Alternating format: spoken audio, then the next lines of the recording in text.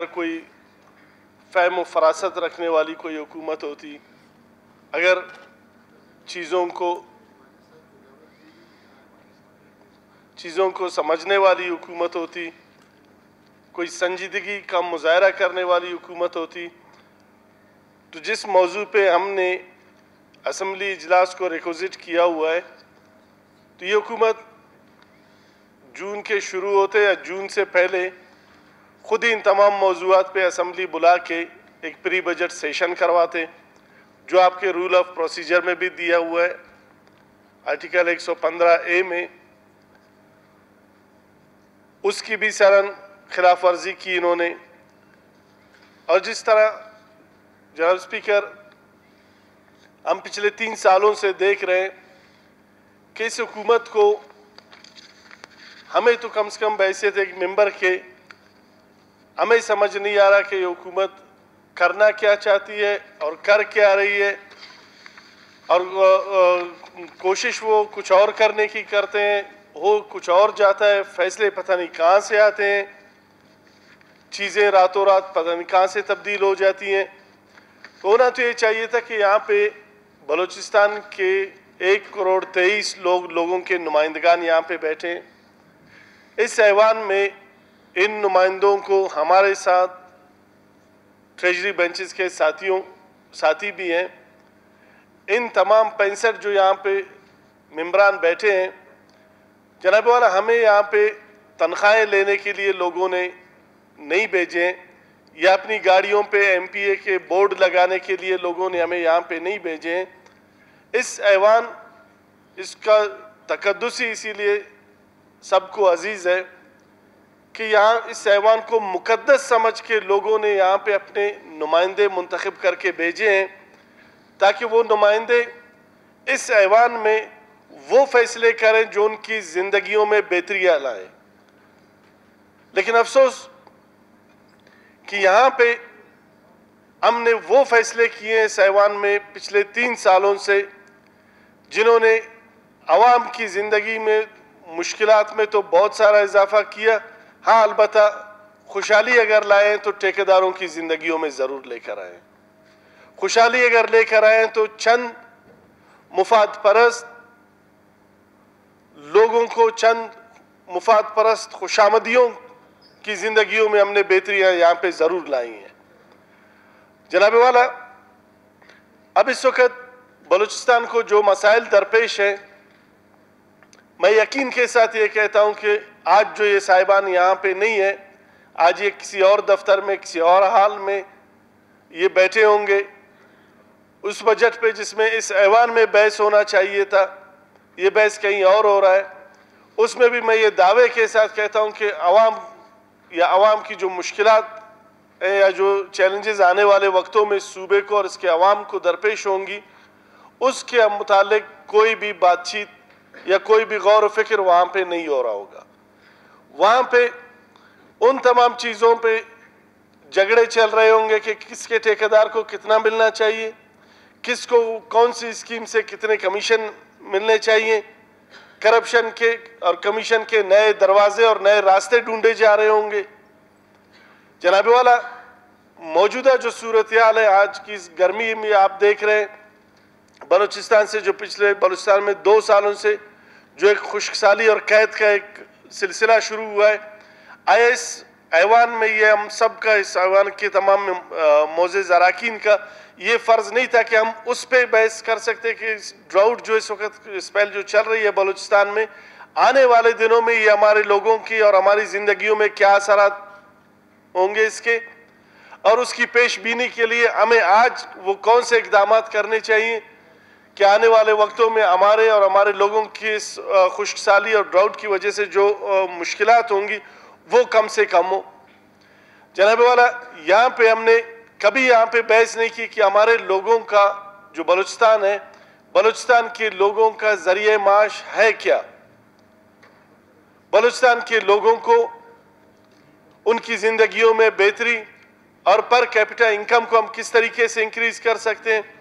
यहाँ पे टोटल हमारे लोग 2 सेक्टर्स पे डिपेंड करते हैं। एक एग्रीकल्चर जो थोड़ा बहुत कुछ मखसूस इलाकों में, दूसरा जो हमारा सेक्टर है वो है लाइव स्टॉक का, वो है गलाबानी का, वो माल मवेशी पालने का है। तो इस खुशहाली की वजह से हमारे ये दोनों सेक्टर जो है ये शदीद मुतासिर होने जा रहे हैं आने वाले वक्तों में। आया इस हुकूमत ने या इस ऐवान में बैठे तमाम मुआरकीन ने इनकी पेशबीनी के लिए, इन मुश्किलात से निमटने के लिए हमने कोई प्रोजेक्ट, कोई स्कीम इस बजट में हमने उसके लिए कोई खातिर खा कोई रकम या कोई पॉलिसी हमने इस बजट में उसके लिए दी है। बजट का मतलब ये कतई नहीं है कि रुपयों का आदाद शुमार या जमा तफरी। बजट एक पॉलिसी होती है, एक प्लानिंग होती है आपके कि आने वाले वक्तों में आप अपने लोगों की जिंदगी को खुशहाल बनाएं और आने वाले चैलेंजेस का मुकाबला करने के लिए आप उसमें प्रोजेक्ट्स रखते हैं, उसमें प्लानिंग करते हैं, उसमें स्कीमात रखते हैं। तो इन तमाम चीज़ों में मेरे ख्याल से मुझे समझ नहीं आता कि कहीं पे किसी भी फोरम पे इन तमाम चीज़ों पे कोई बहस और मुबाहिसे हो रहे हैं। अब जनाब वाला, इसीलिए हम कहते हैं कि कंसल्टेशन ये इंतहाई ज़रूरी है। मुशावरत जो है उससे चीज़ें बिगड़ती नहीं है, उससे चीज़ें निकलती हैं, उसमें खूबसूरती आती है। अब मैं एक छोटी सी मिसाल दूं आपको। सना साहब ने लसबेला हॉस्पिटल का विज़िट किया। अगर ये बातें यहाँ इस ऐवान में होती, हम अपने इलाकों के मसाइल यहाँ पे शेयर करते गवर्नमेंट के साथ, गवर्नमेंट के नुमाइंदगान जो है वो अपने इलाकों के मसाइल शेयर करते, तो यहीं से बैठ के एक पॉलिसी बनती, उन तमाम चीज़ों का हल निकलता। जब सना ने वहाँ पे विजिट किया, वो वीडियोस वायरल हो गई, तो रातों रात जनाब वाला यहाँ से एक्सरे मशीनों की गाड़ियाँ लसबेला दौड़ाई गई। एक की जगह 4-4 एक्सरे मशीनें वहाँ पे रखी गई। डॉक्टरों को यहाँ से रातों रात दौड़ाया गया। दवाइयों की गाड़ियां लोड करके रातों रात यहाँ से दौड़ाई गई कि जी चेहरा नजर आ गया, अस्पताल के मसाइल लोगों को नजर आ गए। अब जनाब बोला अगर ये कंसल्टेशन होता तो ये चीज शाइस्तगी से भी हो सकती थी। अब मैं आपको सेवल हॉस्पिटल का कोयटे का एक मिसाल दूं। कल हमारे किल इस्माइल के नौजवान वहां पे कोविड वार्ड में वो शहीद हो गए। मैं खुद वहां गया, दवाइयां वहां पे है नहीं, पर्चियां पकड़ा के लोगों को मेडिकलों में दौड़ाया जाता है। वो एक इंजेक्शन ठीक ठाक बंदा खुद नाश्ता करके चाय पीने के लिए बेड पे बैठा अपने अजीज व कारब के साथ मजलिस कर रहा था। जब वो नीचे गए वापस आए तो बंदे की डेथ हो गई। पता चला कि उसको कोई इंजेक्शन मारा, उसके नाक से और मुंह से जाग आना शुरू हो गया, उसकी मौत हो गई। अच्छा, रखा उसको कोरोना वार्ड में सिविल हॉस्पिटल में। जनाब वाला अभी मुझे उनके वर्षा ने उसके रिपोर्ट्स जो मैं व्हाट्सएप किए मेरे मोबाइल में पड़े हुए। जनाब वाला जब परसों या तरसों उनके सैंपल लिए गए थे कोरोना के टेस्ट के लिए, उनके रिपोर्ट आज सुबह इनको मिले हैं। कल उस नौजवान की मौत हो गई कोरोना की वजह से अस्पताल में, आज उसके जो कोरोना के टेस्टों के रिजल्ट आए वो नेगेटिव है। जनाब वाला जिस बंदे को कोरोना था ही नहीं, जिसके टेस्ट की रिपोर्ट आज सुबह आई है, वो रिपोर्ट उसके नेगेटिव है, उसको आपने कोरोना वार्ड में रखा और पता नहीं कौन सा इंजेक्शन लगा के उस बेचारे की मौत भी हो गई। अब या तो ये वो दवाई कोई रिएक्शन हुआ है उसका या कुछ भी। हम ये नहीं कहते कि खुदा न खास्ता डॉक्टर उसको कत्ल कर रहे हैं या डॉक्टर बैठे अस्पतालों में बिला वजह लोगों को कत्ल कर रहे हैं। हम कोई इस तरह के इल्ज़ाम नहीं लगा रहे, लेकिन कहीं ना कहीं से कोई गफलत तो है। ये अस्पतालों की हमारी हालत कोयटा शहर की, ये हमारा कैपिटल है जनाब वाला। अब इस कैपिटल के बढ़ते हुए मसाइल को अगर हम देख लें, इस बजट में या इस ऐवान में कभी इन चीज़ों पर संजीदगी से बहस हुई है कि हमारा जो ये कोयटा शहर है, हम बचपन में जिस कोयटे को देखते थे, अब उस कोयटे की हसरत सी हमारे दिलों में रह गई कि काश 30-40 साल में कोयटे को जो तरक्की करनी थी वो तो ना कर सके। 30-40 साल पहले वाला वो पुराना कोयटा हमें मिल जाए भी हमारे लिए गनीमत है और हमारे लिए वो बादशाही है।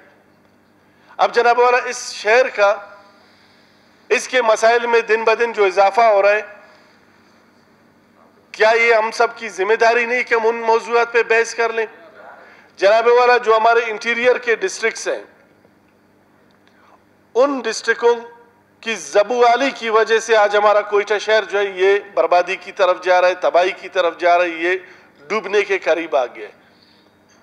अर्बनाइजेशन इस हद तक ज्यादा हो गई कि आपके मकरान डिवीजन से लेके आपका चागी डिवीजन और आपका नसीराबाद जाफराबाद डिवीजन के जो डिस्ट्रिक्ट्स हैं या सिब्बी के, इस गर्मी में वहाँ 13-13, 14-14, 15-15 घंटे लोड शेडिंग है।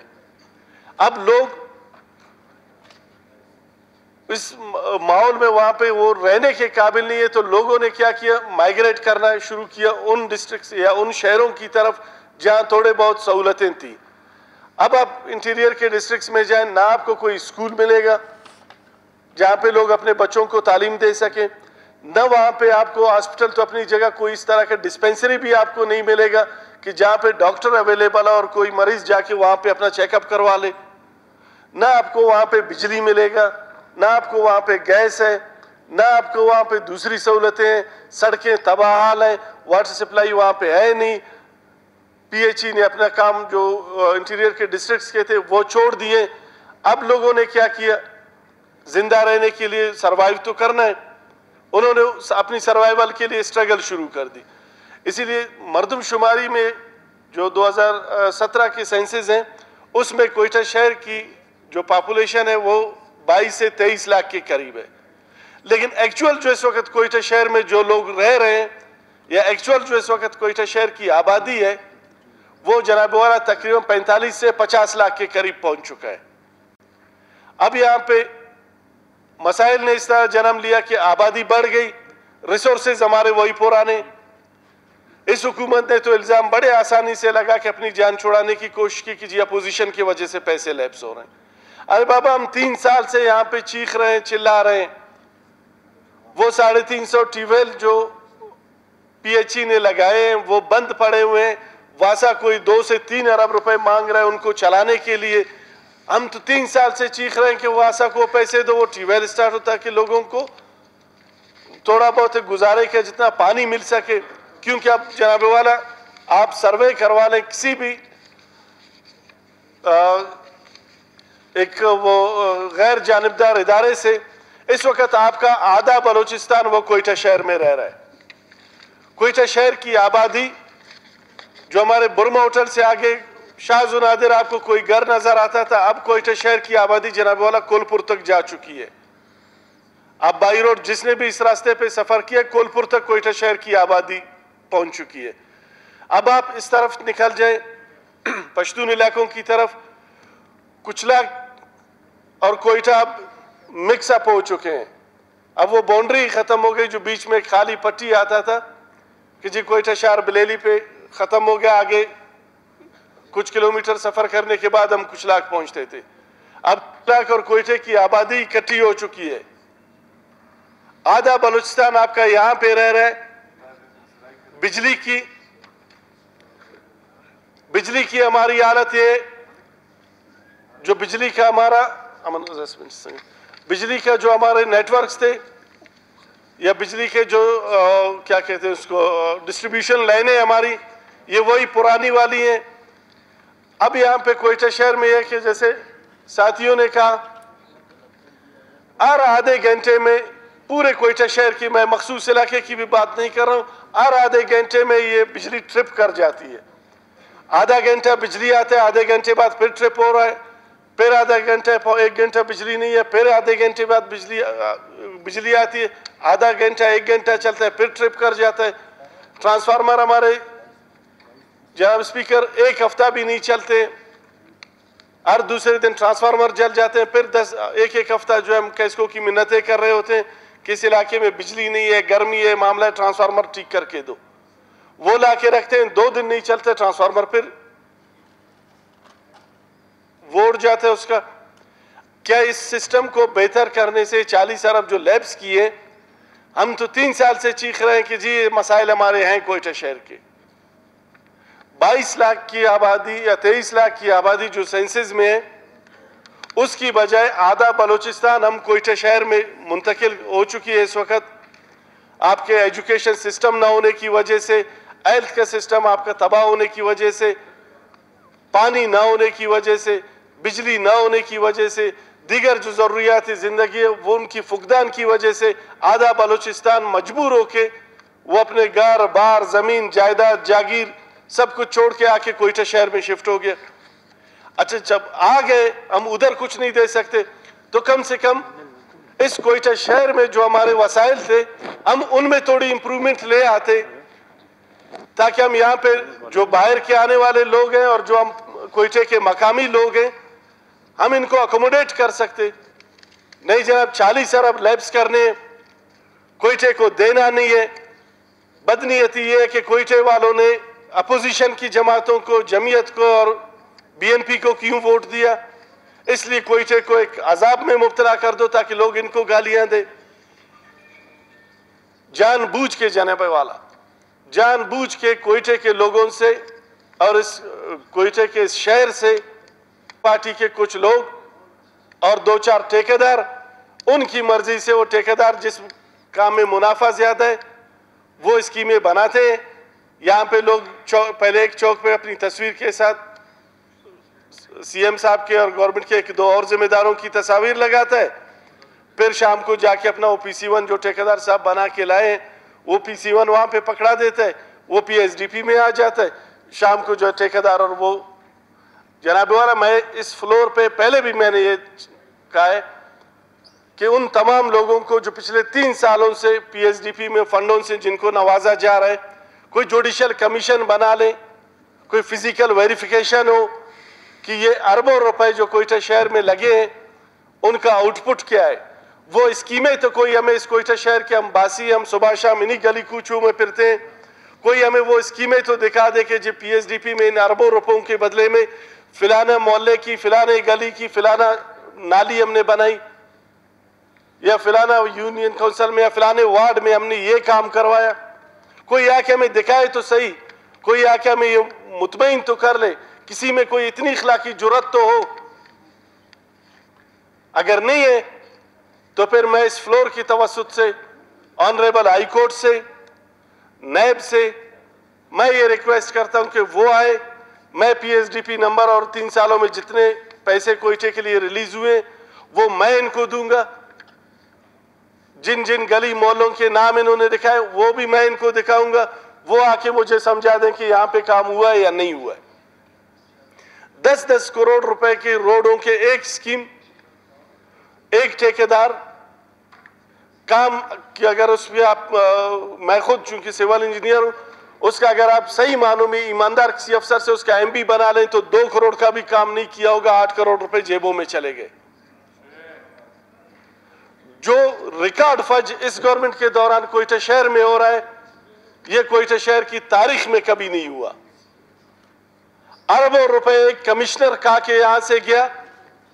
जब हमने इस असेंबली फ्लोर पे मामला उठाए, इन्होंने क्या किया, क्योंकि कमिश्नर ने जनाब स्पीकर अगर अकेले खाया होता तो ये मीजान चौक पे लटक रहा होता। कमिश्नर के उस अरबों रुपए के करप्शन में, उस करप्शन की जो ताली है उसमें और उस बहुत सारे लोगों के हाथों की उंगलियों में वो घी चिपका हुआ है। इसीलिए रातों रात कमिश्नर को यहां से ट्रांसफर करके NOC दे के बलूचिस्तान से फारिग कर दिया कि ये मामला इधर ही दफन हो। ये जनाबे वाला आवाम के पैसे, ये बलूचिस्तान के गरीब लोगों के पैसे, ये मामला इस तरह दफन नहीं होंगे कि आपने कमिश्नर को निकाल दिया बाकी पैसे गए। ये मामला, ये इंक्वायरी तलब मामला है और इसको हम किसी सूरत इस मामले को गुम नहीं होने देंगे, इसको हम ठंडा नहीं होने देंगे और ये पैसों पे जिन्होंने कहा है उनको हिसाब देना पड़ेगा। अब जनाबे वाला, जैसे मैंने कहा कि इन तमाम चीजों को इस बजट में ज़ेर गौर लाना चाहिए था। इन तमाम चीजों पे इस मोज़ेज़ ऐवान में बजट पेश होने से पहले बहस होना चाहिए था, ताकि हम इस सूबे के लोगों को, इसके अवाम को एक अच्छा सा कोई सिम्त दे पाते। इनकी तरक्की और इनकी खुशहाली के लिए कम कोई अच्छी सी पॉलिसी दे पाते। लेकिन अफसोस वो तमाम चीजें नहीं हुई। हम बजट इजलास होगा, हम उसमें भी बात करेंगे और हम वाइट पेपर की शक्ल में हो, एहतजाज की शक्ल में हो, धरनों की शक्ल में हो, तकरीर की शक्ल में हो, तहरीर की शक्ल में हो, और वो मोड हम इस्तेमाल करेंगे हम बलूचिस्तान के लोगों को, इस हुकूमत का और यहाँ पे बैठे जो 2-4 आदमी जो पूरे इस हुकूमत की स्याह और सफेद के फैसले करने वाले अपने आप को समझते हैं और फैसले कर भी रहे हैं, हम उनका मकरू चेहरा हम बलूचिस्तान के लोगों के सामने ला कर रहेंगे।